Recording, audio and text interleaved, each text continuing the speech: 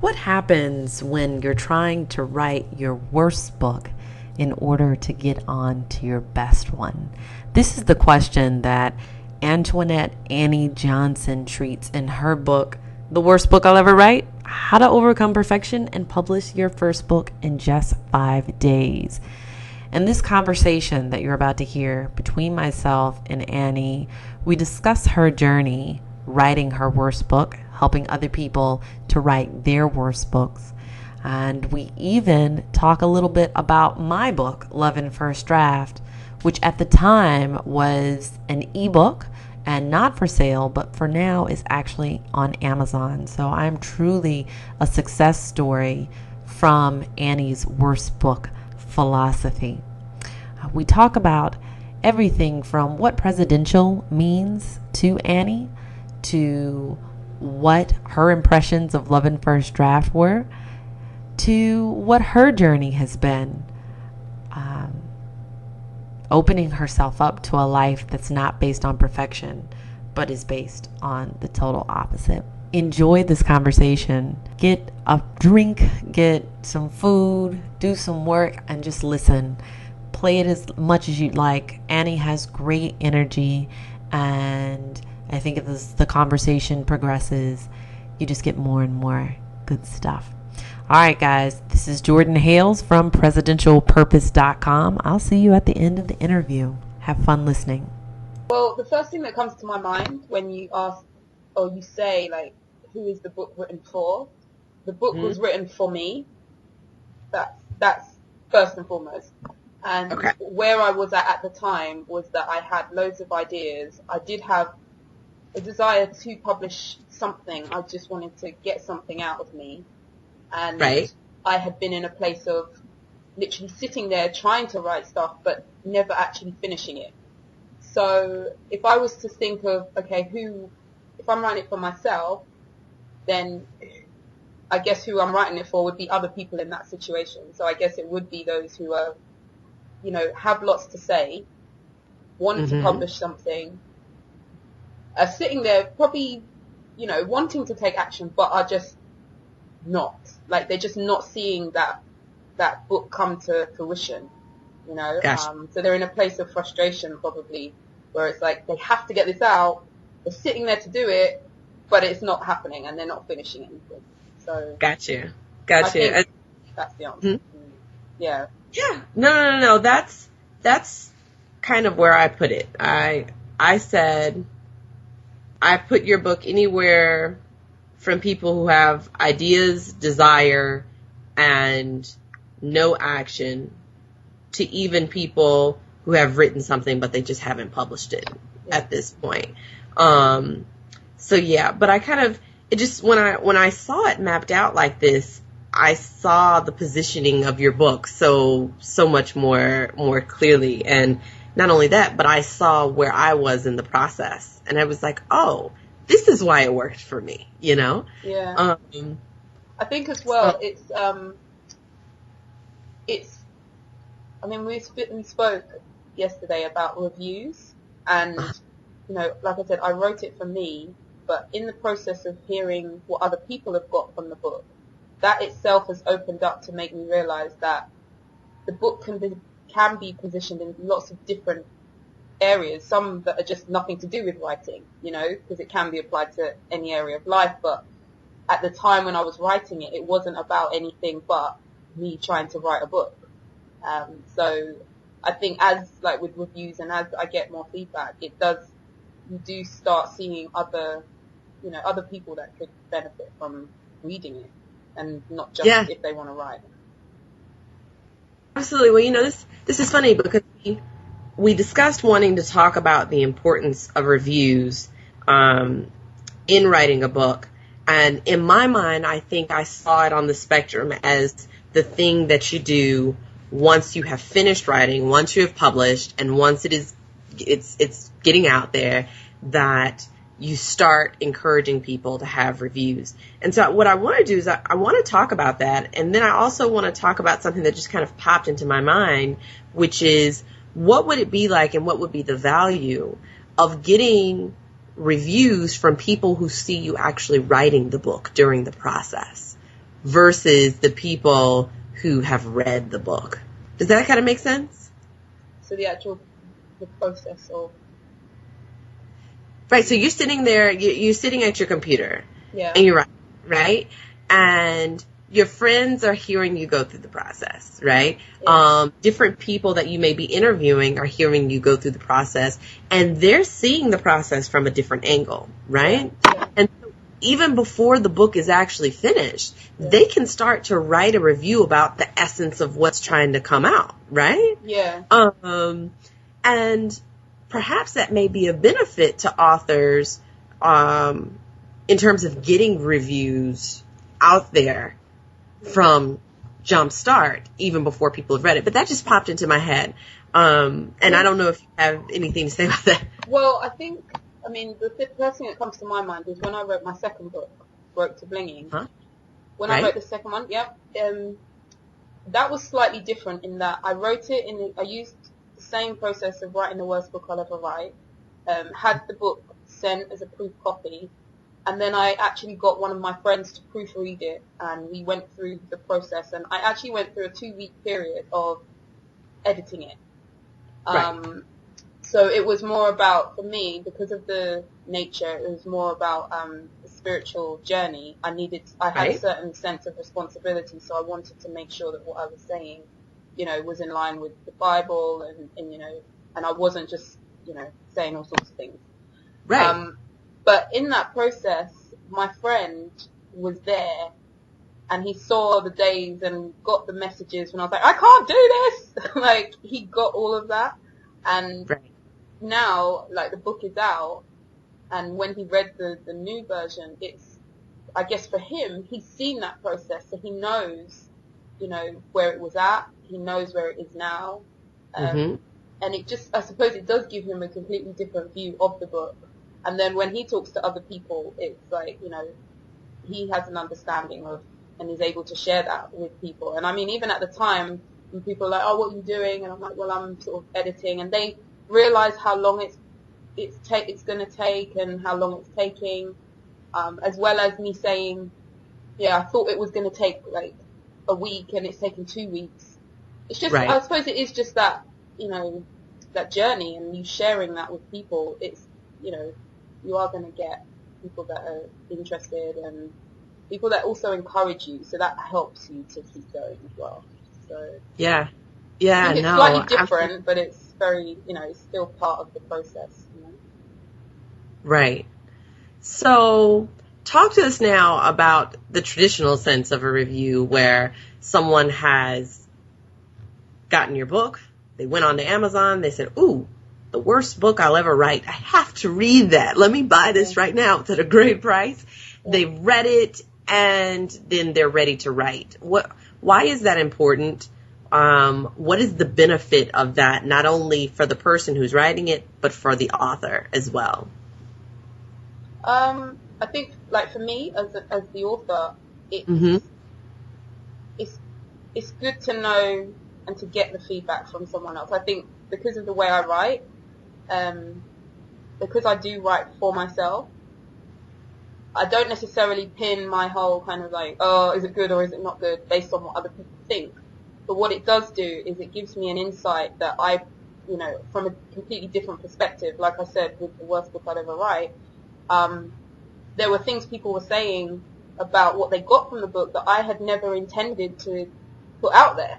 So it kind of gave me something else that even when I'm talking to other people about the book, I can say, well, people have said ABC, or, that they feel that this isn't just applicable to writing. Like, that wasn't something I'd ever thought about. A lot of people like the Essence chapter about us all having something in us, and that has also become something that I didn't really, as much as I wrote about it, it wasn't a huge thing that I thought about or that was part of my message, but actually when I got the feedback, it made me sit down and think, actually, you know what, that is a big thing, and it's kind of now incorporated and made me understand why I do what I do. So I think the first thing is really, it's about feedback and getting an insight from a different perspective, as well as, I think it's, when you leave a review, you're almost helping to spread that message, because obviously if there are more reviews, more people will read it, and you'll be able to spread that message further. So for me, that's also important. I think that's the importance for me with regards to reviews. Yeah, no, well, as someone who was excited about the worst book I'll ever write, and I purchased the book when I was at your book signing, but I would have also purchased it had I been online and had never gotten the chance to hear you speak about it, just because the title is rather intriguing, and I think the concept is spot on. You know, I decided, okay, so I've read this now. What am I going to do? I need to write a review. You know, I need to write a review. That's what I need to do. And I did that in the same spirit of what you were talking about, that I want to help spread this message because I think it's a message that can help people. But something strange ended up happening. When I wrote the review, I realized that at that point, I loved the book. I was using the book in a variety of different ways, unintended ways, like saying, if I'm trying to create a website, what is the worst website that I could create right now just to get it out? Yeah. But I realized most importantly that I hadn't written my worst book yet, but that I wanted to, and I wanted to do it with your help. And so I think even though I hadn't fully decided to write at that point, that writing the review within itself helped me to see, yes, this is something you want to do and you need to start doing it. Yeah. You know? Yeah. Clarified. That's the thing with writing. It just, and that's why even with my series, the Essence series, it's actually, it's about getting stuff out of me, but it's also, I find clarity and freedom in being able to almost organize my thoughts. And I think when you write a review, you do start thinking, okay, what have I actually got from this? And that in itself can speak right back at you, you know? Right.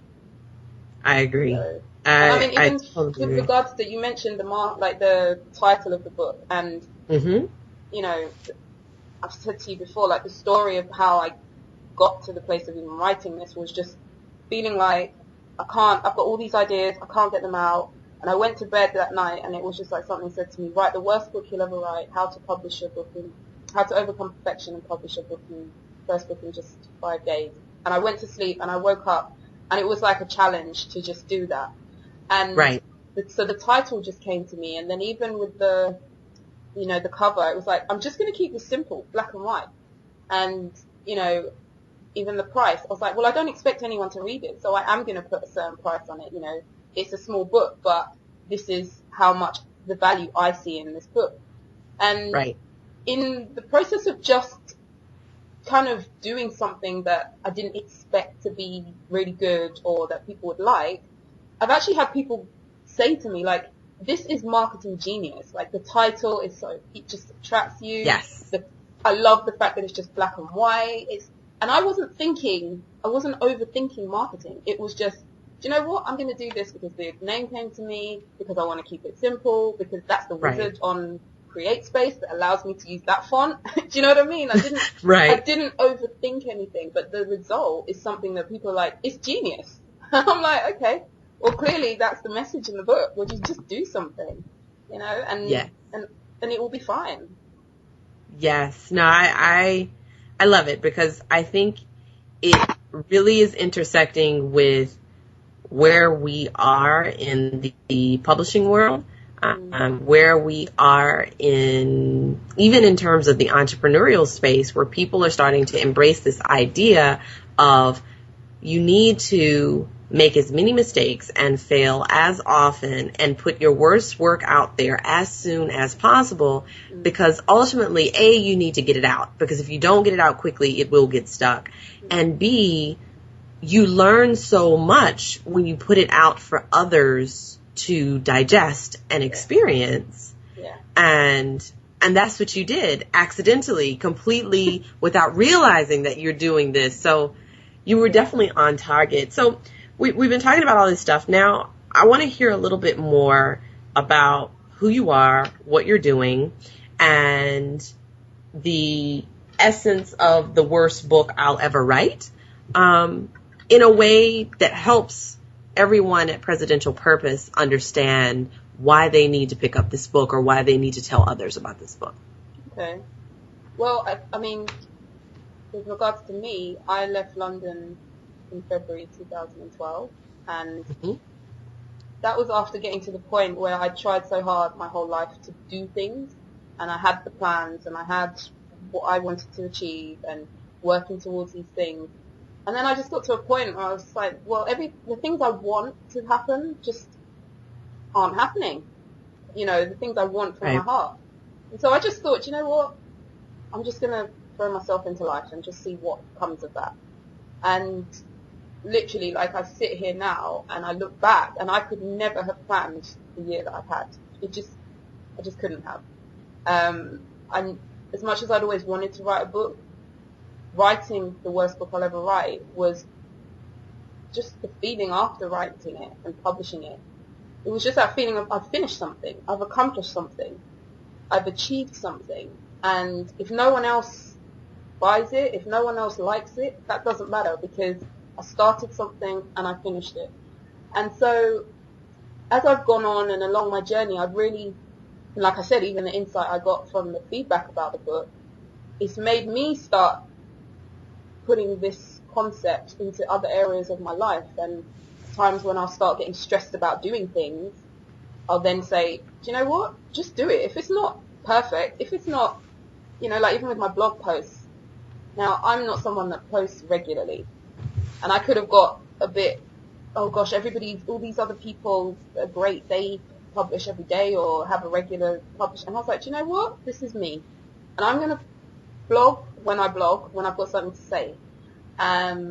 If people don't like that, people don't like it. Those who like my writing will read it. And it's just changing your mindset to being about what do people think to I'm just going to do me. I'm just going to put things out there. And I think that has come even just through writing the book. It has spoken to me and has helped me to do all the things that I've done and I'm still doing. Because I'm still in a place of, let's just see what happens, you know, let's try something. If it works, it works. If it doesn't, it doesn't. You know, and just, I feel like that's my story, which is, I just threw myself into life and amazing things have happened, things I couldn't have planned. And I think people in general should have that freedom to just throw themselves into life. And I believe that in throwing yourself into life, you'll get a life that you never even imagined, but is exactly what you need and is exactly what you're almost like craving for and living for anyway. So no, I totally agree. I totally agree. So I know you, and I know more about your story because as soon as I found out about you, I went and was just gung-ho about your cause. But everyone else at Presidential Purpose doesn't know about you. So let's clarify. When you say I left London in February 2012, it's not just that, you know, you left and went and got a job somewhere, you know, very safe and led this very safe life. You totally did something else. So don't even try and be modest. Tell us what is it that actually happened? What's the real story? Okay, the real story is I left my job. I was in a pretty good job. Was business travel, like doing business travel. I actually enjoyed the job I was doing, got paid a decent salary, my job was secure, but I felt like my creativity was dying. And I had a choice at the time. I could have taken redundancy or I could have just continued in my job. And I decided, you know what? I'm going to be 30 in March 2012. I have to just go. I have to do this.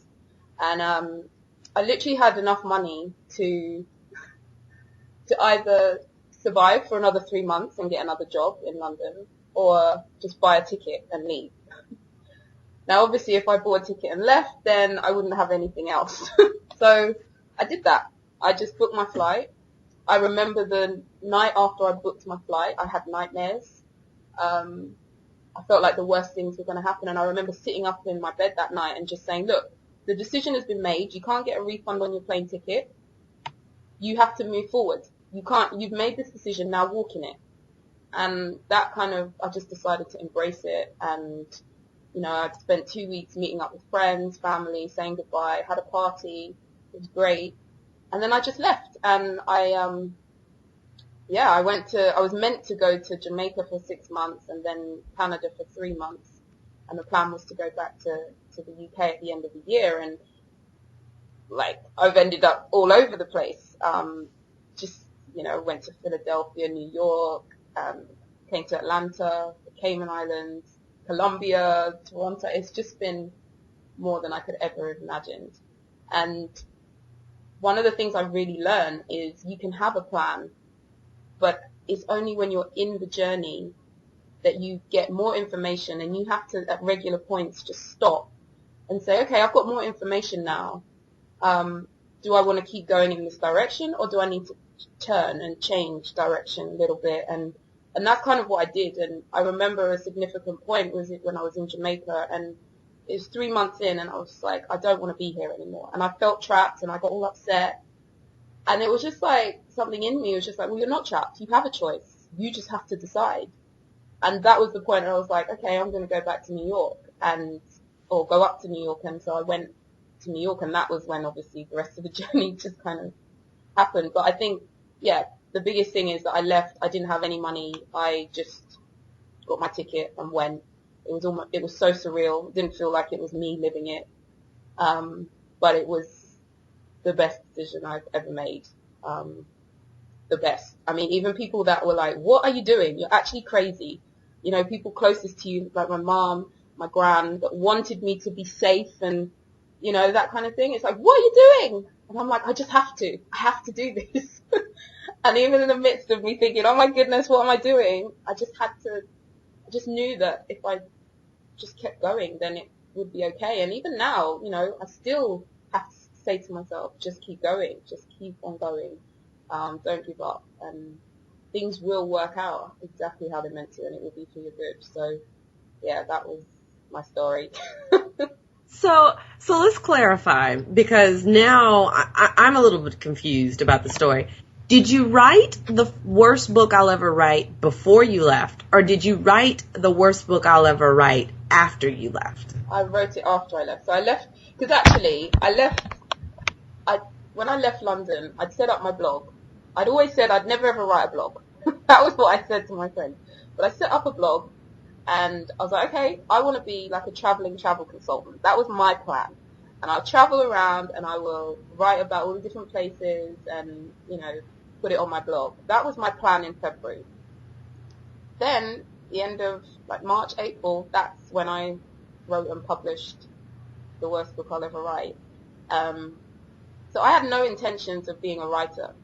I love writing, but my writing has always been for me. I write journals and things like that, and I've always been quite afraid, I guess, of sharing my writing. So I had no intentions of being a writer. I just wanted to write for myself. And, and then I published this book, and, to be honest, I kind of resisted it a lot, putting stuff out there. But, for example, like I said, I'd never blog. And I blog whenever I want to. And I got to the end of the year, and I was like, oh my gosh, I have 50 odd blog posts. And I'm like, that's almost once a week. I hadn't even thought about it, I've just been doing blogs when I wanted to. So, so I wrote it after I left. And it's, like I said, if I'd have never left London, I probably would never have stepped into being a writer, Or may have done, but just maybe in a different way. But yeah. No, that's awesome. So we've heard the word plan, journey, and it seems as though the plan continually was reinvented, or perhaps that the real plan was just revealed to you in different ways as you walked the journey. And I believe, as you said yesterday, as you gained more knowledge that you didn't have when you made your first plan. And Presidential Purpose has started for me with this broader framework that in 2012, the same year that I made 195 plus promises to myself, How am I going to get that number down to something that's at least reasonable? Why am I not keeping my promises to myself? And related to your book, you actually came up a couple of times in the 195 promises. I don't know how you feel about that, but you did. So the first thing was that since I met you in 2012, the first thing was that I wanted to write a review for your book because I wanted to spread the message, because I thought it was important. And then the second thing came out as me wanting to do an interview with you. But as you know, I wanted to do an interview with you in a different space and for a different reason. And that didn't end up working out. And so when I was looking at the 195 promises, I was thinking to myself, am I ever going to have a reason to interview Annie ever again? And it came in the form of me writing my first ebook, Love in First Draft. And I don't know if we can call it an ebook yet because it's not on Kindle or any of those forms, but it is in PDF form. Yeah. That's enough. And so this is this is what has brought us back together. So I know that you know at this point, but the Presidential Purpose folks don't know that a big part of the reason why I was able to write Love in First Draft is because I read the worst book I'll ever write. And I was following not only the spirit of the title and the energy that it brings, but also some of the specific steps.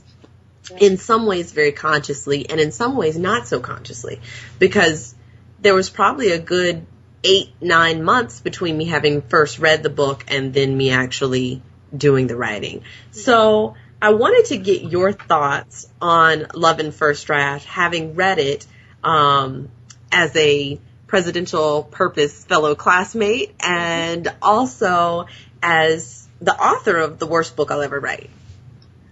Okay, well, I think it's, like, even as I was reading it, I reread it again just yesterday. And even as I was reading it, I was just smiling because it's just, I just thought, wow, just on so many different levels, because the actual messages that you get from each of the things you wrote, each of the different pieces you wrote and put together, there's a different message in each of them.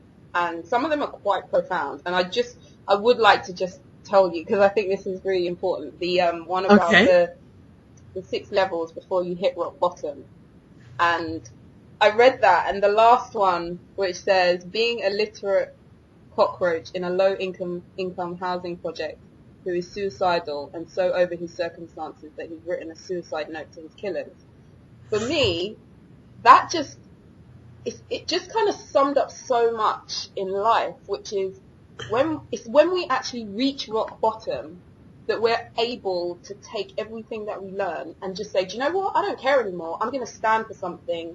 I'm going to just, you know what? Nothing may come of this, but I'm going to do something, you know? And right. I feel like even like the worst book I'll ever write came from a place of, I can't do I'm writing and I can't get any of this out. So just write whatever and then look at what's happened, you know? So I just wanted to bring that to your attention because I thought that was amazing. And the one about, you know, to Facebook, I'm like, that's so true. But yes, I felt like the messages in each of them was, you know, just really good. And what I love as well is just that it's the whole collection is lots of things that you started and you were saying you didn't finish, because that also speaks of, do you know what? I started it, I didn't finish it, so I'm going to put it all together and I'm going to finish something. It just has a voice in itself. And then as I'm reading, and obviously from an editor's point of view, you're like, yeah, there's spelling mistakes. And you know, when you read something a second time, you're like, these are so obvious. But I wanted to say to you, when you publish it exactly like that. Because that is exactly what the worst book I'll ever write is about. It's showing that this has come raw from you. And I read it, I got the message, and it wasn't perfect. Does that make sense? Like, it makes sense. Clearly that says it doesn't have to be perfect for you to spread a message.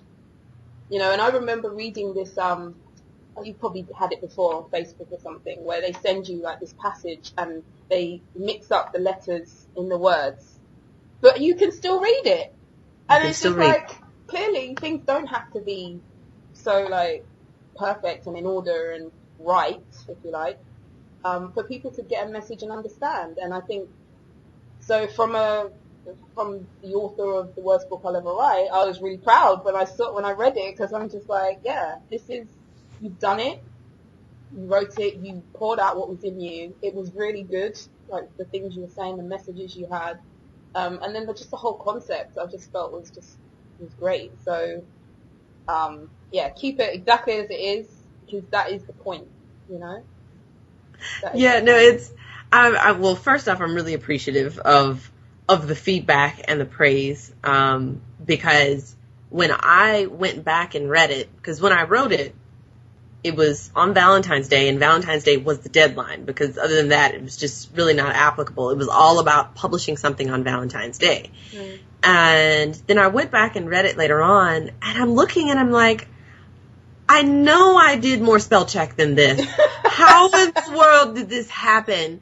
And then I realized that in the process of creating a PDF from the Adobe InDesign file, there was obviously an issue with the font, because sometimes it would take out an entire letter, and that wasn't just a typo error. That was a process error, a communication error of the programs. But I freaked out. I really freaked out after that. And then one of my friends called me, and she actually printed out the book, and it's so sad. I'm still struggling to call it a book at this point. I can hear myself struggling. Yeah. But she prints it out, and she says, this really prints very well. And she says, I'm going through it. I'm seeing all the spelling errors and all the first draftness of it. Yeah. And it's really perfect, quite as it is. And she said the same thing as you did. Publish it exactly like that. And for those of you who don't know, we're talking about the book that I wrote, Love in First Draft, which is a collection of first drafts that I just had sitting around and had not put out in the world. And metaphorically, Love in First Draft speaks not only to this collection of first drafts that I was putting out, but to the fact that in my mind, love tends to be very first draftish all of the time. Yeah. And so this is a celebration of that. But thank you for the feedback. So I'm one example of someone who has benefited from the worst book I'll ever write. Mm-hmm. Who else has gained benefit, and who else are you helping to write worse books, or are you open to helping other people at this point? What's going on now? Okay, well, first of all, for me, like, if it was down to how many people have read my book, followed it, and published their book in 5 days, would be a very small number. Right.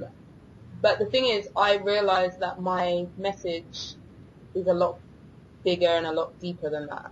You know, I feel like it's not just about you publishing a book. Number one, it's about you recognizing you have something in you to publish, or something in you that should be shared with the world. And some people may just get to the point where they feel like, do you know what? My life does have value.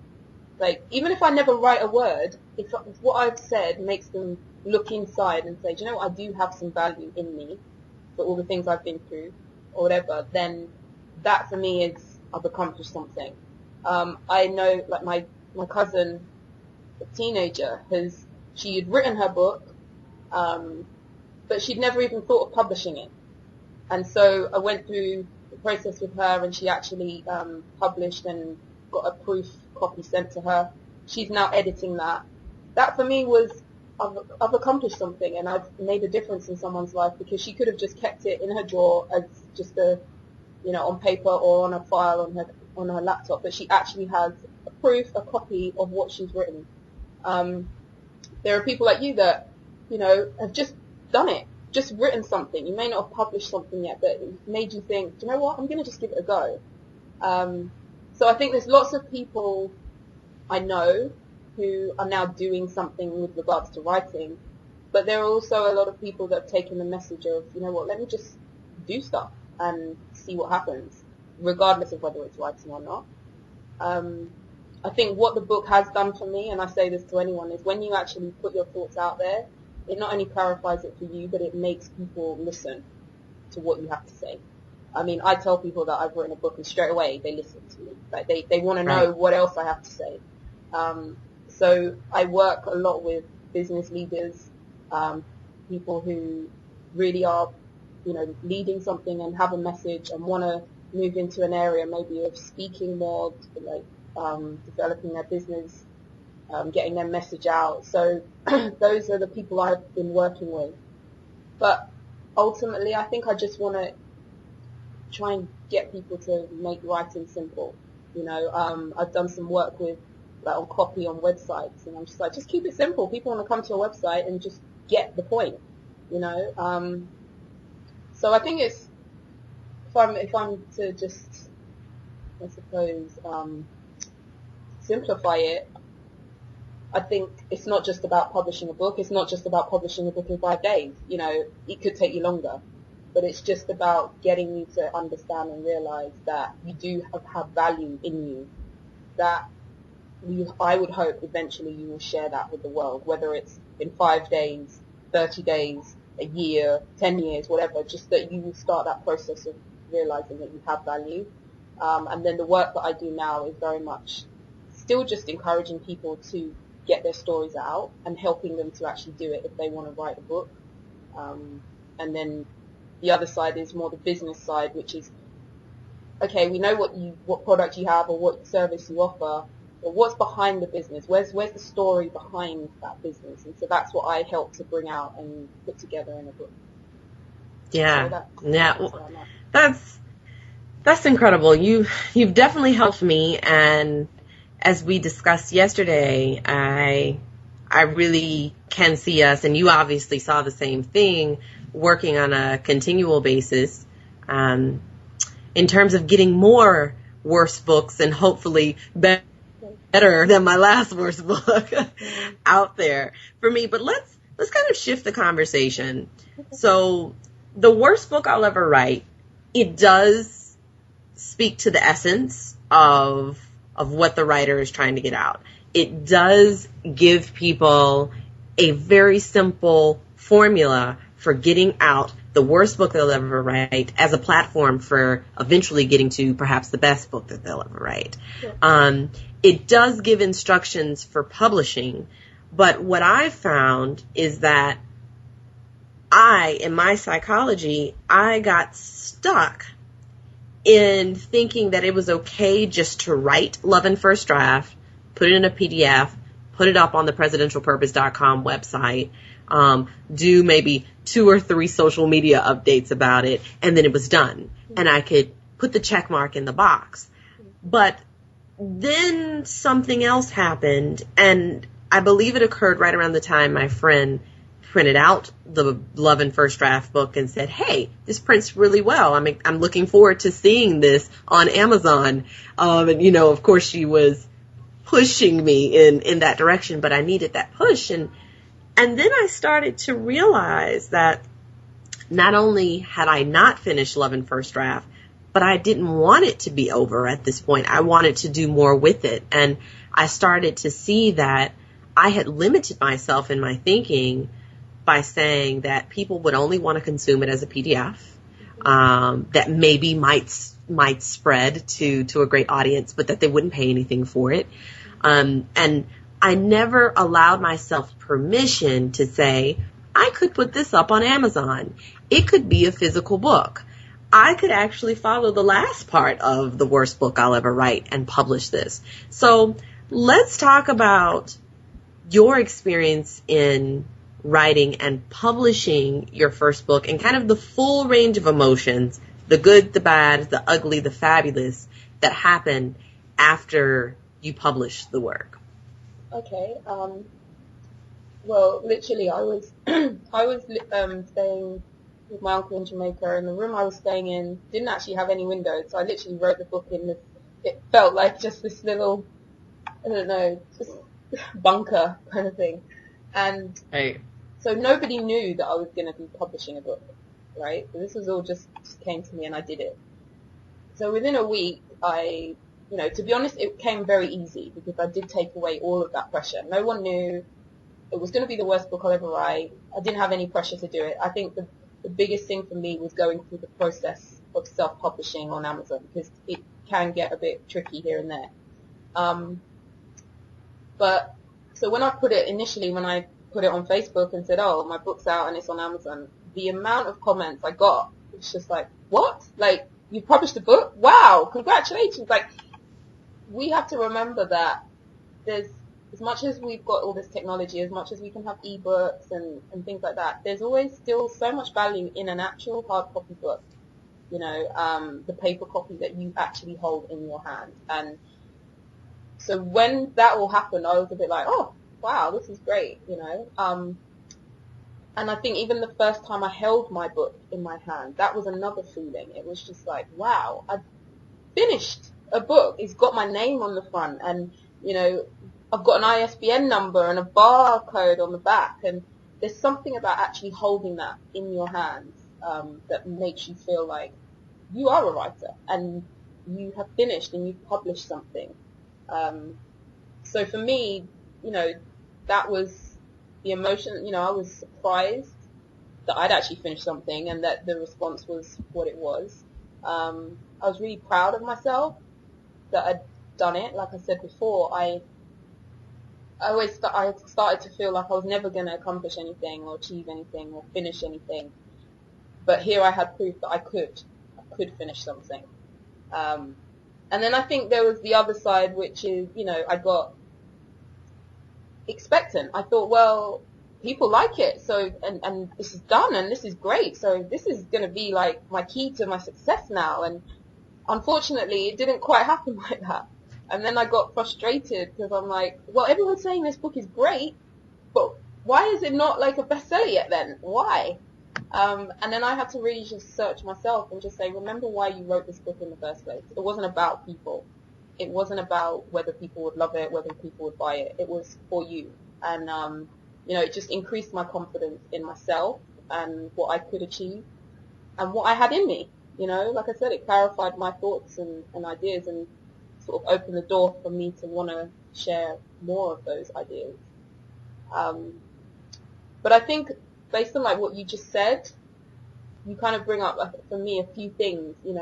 Yes, you could be like limiting yourself by saying, okay, it's an ebook, but I think it comes down to the thoughts I share in the book, which is we have an idea of what a book is. Like when I remember people that would be like, oh, I saw your book, and I'm like, oh, it's this price. Like, you sure that you would charge that kind of thing for something so small? And people would always comment on how small it was. And then they'd read it and they'd be like, I get it. I totally get it. It was the value, and I think we need to put value on what it is we do and what we have to give. And it is, you could offer it for free, but the fact is your thoughts and what you share and the messages you share have value, and you have to be able to stand and say, this is the value that I'm putting on it. If you value it that much, then you will buy it. If you don't value it that much, then you won't buy it. But you're not going to get my value. It's as simple as that. I love that. You're not going to get my value, and that's just the end of it. I love that. That's great. That is great. Actually, you've had a couple of one-liners here that will be quotes on my vision board. That was a great one. That was a great one. So, kind of segueing, so this next step of the journey for me is going to be using the book and the instructions that are in the book to put Love in First Draft onto Amazon, and to, yes, put a price on it, regardless of whether or not anyone gets it or not, and to have that moment, which when you were describing it, it almost sounded like the birth of a baby. Yeah, it was. Yeah, have that moment where you can actually hold your proof in your hand, and I think you talk about that even in the book. And I think even printing it out on my computer paper would give me an approximation of that feeling. But once you have that ISBN number and it's there, wow. How exciting. So I know that there were a couple of other things that we said that we would talk about. I know you said you had some ideas for Love and First Draft, and I know that we wanted to relate Love and First Draft to Presidential Purpose and the worst book, I'm sorry, I misspoke, the worst book I'll ever write to Presidential Purpose. And I will let you go on that, and then I'll tell you how I feel it fits into the picture. Okay, well, I feel that when I think of presidential, and I think of your presidential purpose, I feel like it's very much about you understanding who you are.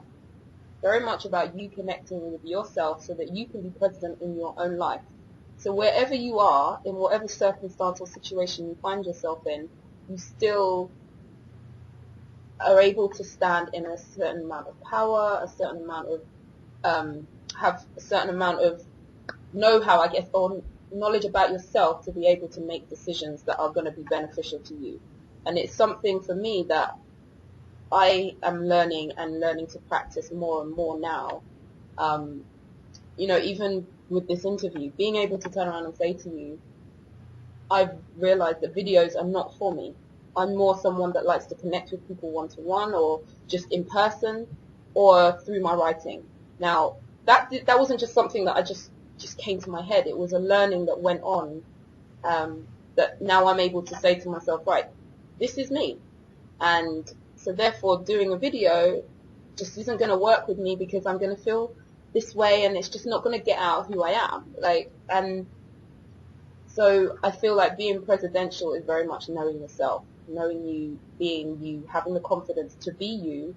And if everybody else is going in one direction, it's being able to say, well, I'm still being me, which if that means having to go in an opposite direction, then that's what I just need to do. And so that's how I kind of connect the worst book I'll ever write, in the sense that it's about getting what's in you out. And I feel that is what's in you is what makes you presidential. And so whether you're writing a book, whether you're a singer or a dancer or, into business or just having a family at home, whatever that is and whatever is in you to do is being presidential in your own life in order to live that life that you were created and born to do and to live. I love that. Oh, that's wonderful. I just want to write all of that down and put it on the homepage. And actually, in our next segment, because we've decided that we're going to do a couple of segments, yep. We will be taking a look at your writing style, your writing process. And what's your tagline again? Keep it simple, sweetheart. Keep it simple, sweetheart. I love that. And when I saw it, I was like, yes. And I love that it wasn't keep it simple, stupid, because that sounded like something that perhaps someone else would have said to me. But anyway, so you'll be helping me to take what is this behemoth of an idea, and distill it into my essence. And to keep it simple. And that's up for the next time. So excited about that. But I like what you said in saying that it's what is inside of you that makes you presidential. Yeah. And that's one of the biggest parts of this journey. Of course, I want to lower the number of the 195 promises that I didn't keep to myself. I want to lower that. But when I step outside of myself and I think about the other people who I call my fellow presidential purpose classmates, what I want to make obvious and accessible is that presidential is not an adjective only to be used by the few people who are elite enough to be voted as president of the United States, or even president of a college campus, or president wherever they are.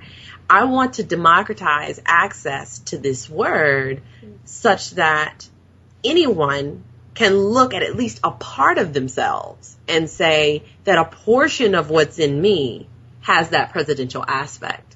And in placing the worst book I'll ever write in terms of what I now presidential spectrum, I had to kind of decide between these three parts. You have the people who are presidential by literal virtue of the fact that they are in the White House doing something. They are working with the president, helping to make the president, who he is, and to bring out his message or to put it into action. So those are your presidential insiders. And then you have these presidential outsiders who are doing things that are worthy of being called presidential. They just have nothing to do with the White House, right? Mm-hmm. And then you have that presidential aspect. And the presidential aspect is exactly what you talked about, just this portion of our own individual humanity that we can choose to see as being presidential.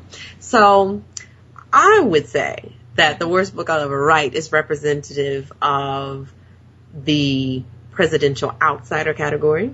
Because unless you haven't told me something, I don't think that you're working for the White House in any capacity. But who knows? You've been going with the flow, so no. You never know where I'll end up. But you did something really big. Not only did you write the worst book I'll ever write, then you went on to write, how many other books have you written at this point? Well, I've written another one that's published. I'm actually in the process of writing another 7.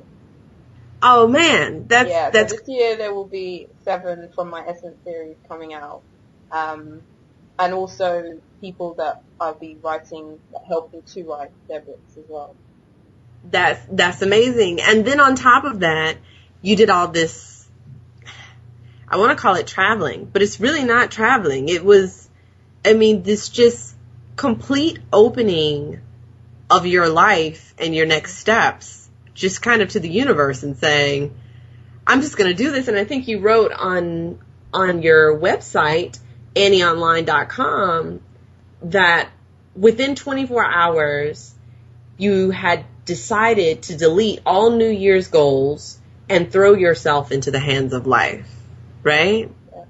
And that's why I consider it to be presidential. And it's something that I want the people who come to presidentialpurpose.com to understand, that not only are we gaining access to presidential, but we're redefining what presidential is. Some people might see presidential just as suits and rules, and something that is a very fixed idea. I see it as something that can become just immensely personal to your individual circumstance. And that means stepping into the power of your own life, even if that means breaking the rules and not just taking on the persona of the suit. Yeah. I don't know if you have any comments on that. Well, based on everything that you've just said, I have a lot to say, really. But I think, well, first of all, I will say that I believe that we are all born and created to do something great and amazing on this earth. I just believe that. And I believe that you might have a president who's been elected to the White House, but I believe that when we were born, we were all elected to be presidents of our lives. So whether that's a president of, making sure that you are healthy, or making sure that, just you are president of you. So I completely agree with that concept that, in democracy, that's a funny word. That word that you said, democracy something. Democratizing, yeah, that one.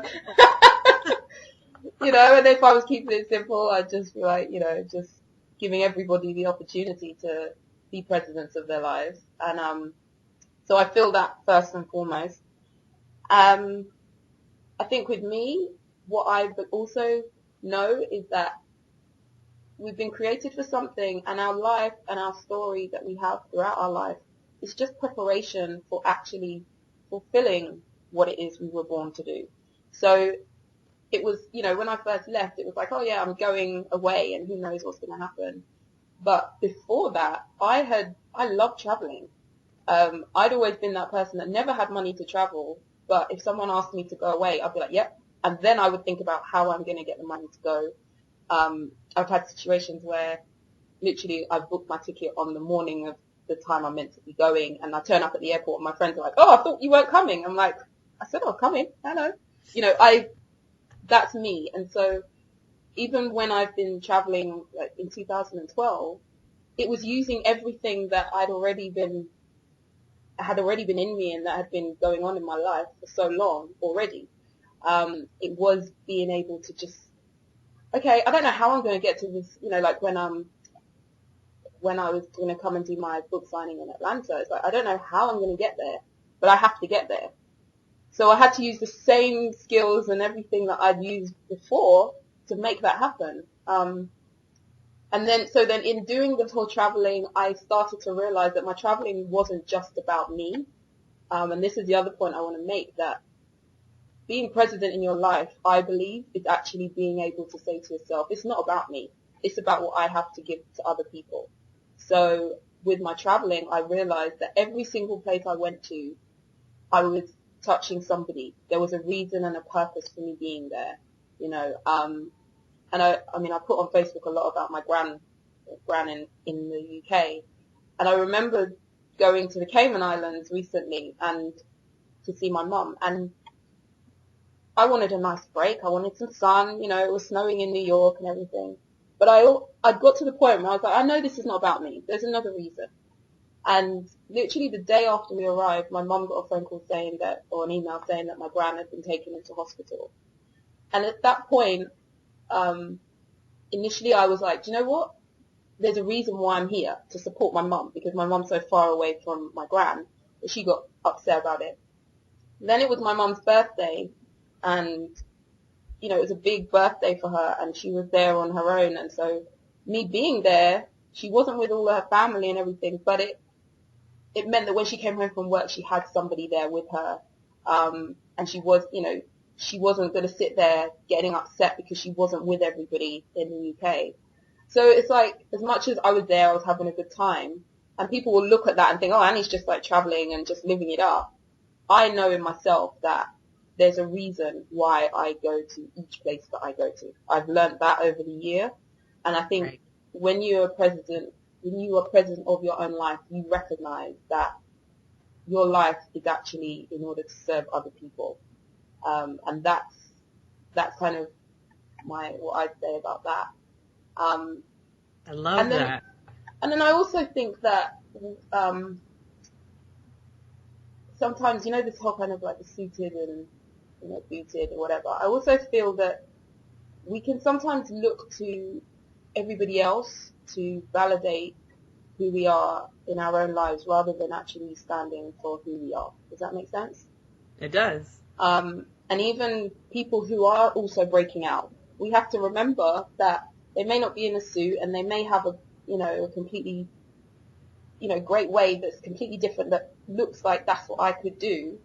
We also have to remember that they too are living their lives as their president. They're not my president. So I can listen to what they have to say and just be able to filter and know what's for me and what's not for me. And I think that's something I've learned as well. And then also to realize as well that being presidential, it doesn't mean that you have to be this high-flying success with loads of money and loads of status. I was actually reading a scripture this morning, and it was of Jesus when he actually fed 4,000, 5,000, whatever. And he took the bread that he had, he gave thanks for it, he broke it, and then he gave it to his disciples, who then gave it to the multitudes. And that really spoke to me this morning, because it's like sometimes we feel like we have to be out there influencing the whole world. But actually, if we just take the small things that we might have, be thankful and grateful for them, and spread it to those who are around us, share it with those who are immediately around us, we recognize that they will then go on to share it with other people. And I feel that that's what my, working with people to help them write books, that's what I do. I use my gift to help people write, to get their messages out. And in doing that, these people will then go on and touch other people's lives. So indirectly, I've touched their lives, and for me, people are really often quite surprised about this. But my real dream, and what I believe I've been put on this earth to do, is to be a wife, a mother, and a homemaker. And my writing is really just a vehicle that is to be used to touch people's lives. So that's why it's supporting other people to write their books. And it's recognizing that actually that's a huge thing, to be able to say, that's who I am. That's what I've been put on this earth to do, and I'm going to do it. very well when I get married, when I have children, when I have my own home, is being able to support other people, my children, my husband, people that come through my home, to actually go out there and touch people's lives. And that's why I think it's important that we don't always look externally for validation, but we look within us and see, right, who am I? And, you know, what have I been put on this earth to actually do and give to other people? And not, oh, I have to be this big, flashy, famous person, you know. And I think that's kind of what I'm saying in my book. And that's what I want to kind of say with regards to publishing is things are changing, and it's like they want the publishing world right now wants people who are famous, who have a huge following, because they sell books straight away. Like, you put a book out and you're famous and people know they'll go and buy it. And what I want to do is almost say, well, everyone has a story. Everyone is the president of their own life, has something to share that could touch one person. And what I want to do is help people get it out. And that's I feel like that's my calling. I love that. I love that. Well, just to round it out, could we have one flashy, famous moment from you in which you brag a little bit on yourself and tell people where they can find the worst book I'll ever write and where they can pull out the much-deserved money in order to buy the book, because it is wonderful. So tell them where and tell them why they would be silly to miss out on this opportunity. Okay, well, the book is available on Amazon.com, and if you're in the UK, it's Amazon.co.uk, so you can buy it there. Really, for me, it's just, number one, it tells you what I'm about with regards to my writing. It lays the foundation of who I am as a writer, so you get to know more about me. And even on my website, annyonline.com, when it comes to how I write, I like other people to speak for me. So on my website, there is a section about my writing, and it's got all the comments that people say. So they say I'm a wordsmith. They say I'm just amazing. My writing touches their soul. Like, all these things, which is great. But what I would love is for you to read the book and just take from it what you get from it and share that with me. Just let me know what you think and what you have got from the book, because what one person got is very different to what someone else got. So, you know, just have a read and then let me know what you think. And then have a read at my blog posts as well, because they're all great, and and you might get something from those too. I love it because this is so out of character for you. You know, you don't ever want to brag on yourself, but I am a big believer that you should. Thank you, Anny, for sitting here for an hour plus and just kind of pouring it out and being natural with the conversation. I really think that as more people come to know about Presidential Purpose and as they get to your information through Presidential Purpose, that they're really going to have the value that you were talking about. And I was supposed to have a surprise for you, and I don't have it. And I really wanted to have it because I really wanted to see your honest reaction. But the great thing is that we will be working together further, so we will be online again, and I will get a chance to see just how surprised you are at this little bitty token of appreciation. Thank you, Jordan. So, yeah. So what do you think? Do you think you can write your worst book so you can get on to your best one? I know that Anny would definitely say that you can, and after going through the experience and feeling the benefits with my own book, I would definitely say that you should. I love the point that she made about how the worst book philosophy is really not just about books, it's about anything. If you're trying to build a website, you can try to build the worst website that you'll ever build, and sooner rather than later, you will have that first draft, you will have that finished product, and then you'll have a better product because you've gotten something out and now you actually have something upon which to improve, and you have a little bit more confidence. Both of these books are on Amazon, and you should get them. If you're coming to the bonus content, then more than likely you already have my book, Love and First Draft. If you don't, then go and buy it on Amazon, or go and get it for a friend, or for an organization that needs to hear that message. And certainly pick up Annie's book, The Worst Book I'll Ever Write, in Kindle and paperback form, and share the message if it's something that resonates with you and something that inspires you. There is more bonus content available now, and there will likely be more even after I finish recording this. So enjoy it, indulge it. Don't be afraid to reach out. You can email me at jordan@presidentialpurpose.com. Again, that's jordan@presidentialpurpose.com. I'd love to hear your stories. And if you're really bold, you can go ahead and just leave a comment below. All right, guys, I'm signing off. This is Jordan Hales from presidentialpurpose.com. The message of the day is definitely love your first draft of yourself, of your writing, and definitely of your worst book.